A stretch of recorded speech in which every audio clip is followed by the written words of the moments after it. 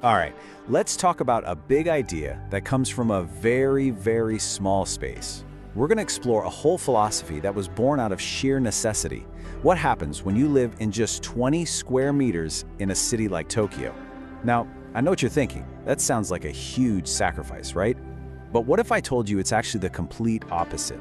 What if it's the secret to incredible freedom? And yeah, that was pretty much the reaction from absolutely everyone. You're crazy. It sounds impossible, like you're giving something up. But what if it's not a compromise?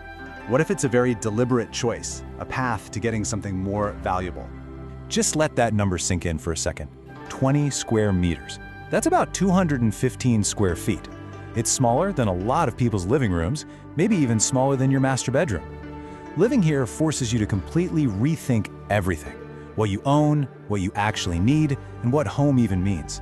And the secret isn't about just cramming your life into a tiny box, it's about embracing a really fundamental Japanese principle. And that principle is called ma. You can think of it as negative space. It's this beautiful idea that the empty space, the pause between notes and music, the silence in a conversation, is just as important, if not more important, than the things filling it. It's not about what you have, it's about the peace and the pure potential you find in what you don't have. This one idea, well, it's the key that unlocks this entire way of life. So how does a philosophy like that actually work in a real, physical apartment? Well, it all starts by just throwing out the old idea that a room can only have one job. Let's see how this actually works in practice. The real genius here is something like a Murphy bed. During the day, you've got this open, totally functional living room. But then, in literally 3 seconds, the wall just transforms, and out comes a cozy bedroom. The space isn't defined by its size, you see, but by its incredible flexibility. It's a living room and a bedroom, just not at the same time. And the kitchen? I mean, it is smaller than what you'd find on an airplane, but it produces amazing meals. There's one single burner, one rice cooker, and 4 plates. That's it. And you know what? That limitation isn't a downside. It's actually a feature. It means less to clean, way less stress, and a lot more time to actually sit down and enjoy the food you just made. Now check out the difference in bathroom design. Think about a typical Western bathroom. So many separate surfaces, different materials, it can be a real pain to clean. But the Japanese unit bath is something else entirely. It's basically one single waterproof room. You can literally just hose the whole thing down.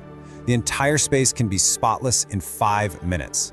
It's just an absolutely incredible piece of efficient, practical design.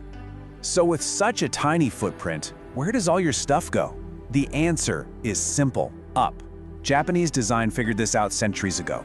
The floor space is treated as sacred. It's for living, not for piling up your junk. So every wall becomes a hard-working, super functional space, using all that vertical height to its absolute fullest potential. Okay, so having a really well-designed space is one thing, but it's only half the battle.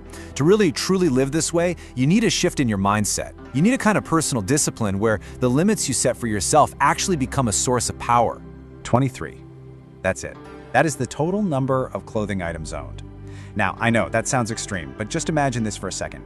No more staring into a closet jam-packed with clothes and feeling like you have absolutely nothing to wear. The amount of mental energy you save is it's staggering. And this is the super simple but profound rule that makes it all possible.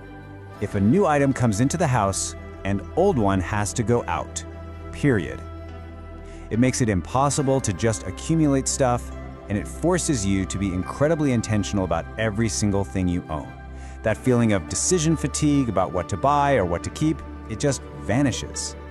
You know, when you have less, you start to appreciate what you do have so much more deeply. This single window isn't just a piece of glass. It becomes a piece of living art. It's a connection to the city, to the changing seasons, to the whole world outside.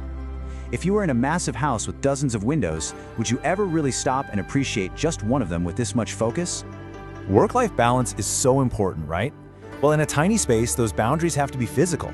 The workspace here is a simple folding desk. And at the end of the day, the desk closes up and the office literally disappears. It's this powerful, non-negotiable signal to your brain that says, the workday is over, time to switch off.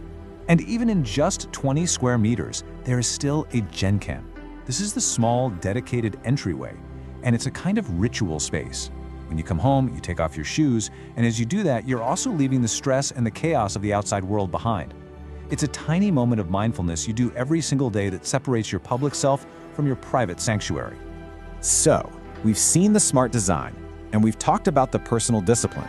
Now let's tie it all together and get to the final and most important idea here, how this all leads to a philosophy of true freedom. You know, we all think Marie Kondo is about tidying up and being organized. But the real lesson isn't about organization at all. It's about awareness. She forces you to pick up every single object you own and justify why it exists in your life. In 20 square meters, that's not a once-a-year spring cleaning project. It's just your constant state of being. And here's the really practical payoff. In a city like Tokyo, space is insanely expensive. By choosing to live this small, you are actively trading high rent and mortgages for financial freedom. And the money you save isn't just money, it's a resource. It's a resource that you can now spend on travel, on meals with friends, on experiences, on building a life full of memories instead of a house full of possessions. And this idea connects to some really deep cultural wisdom. The samurai understood this perfectly. They valued minimalism, not because they couldn't afford things, but because of a warrior's wisdom. They knew that possessions were a liability. They slow you down, they make you a target, they're an attachment that your enemies could exploit. Freedom from things meant freedom to act, to be ready for anything at a moment's notice. And really, this is the ultimate lesson that comes from living in 20 square meters. Our modern world screams at us that freedom is the ability to buy and acquire anything we desire. But true freedom, it might be the exact opposite. It's the deep sense of peace that comes when you learn to want only that which you already have. So let's just end with the question this whole philosophy really asks us. Is the answer to our problems really more space, a bigger house, a bigger apartment, or is it just more intention with the space we already have? What could you stand to gain not by getting more, but by learning to want less?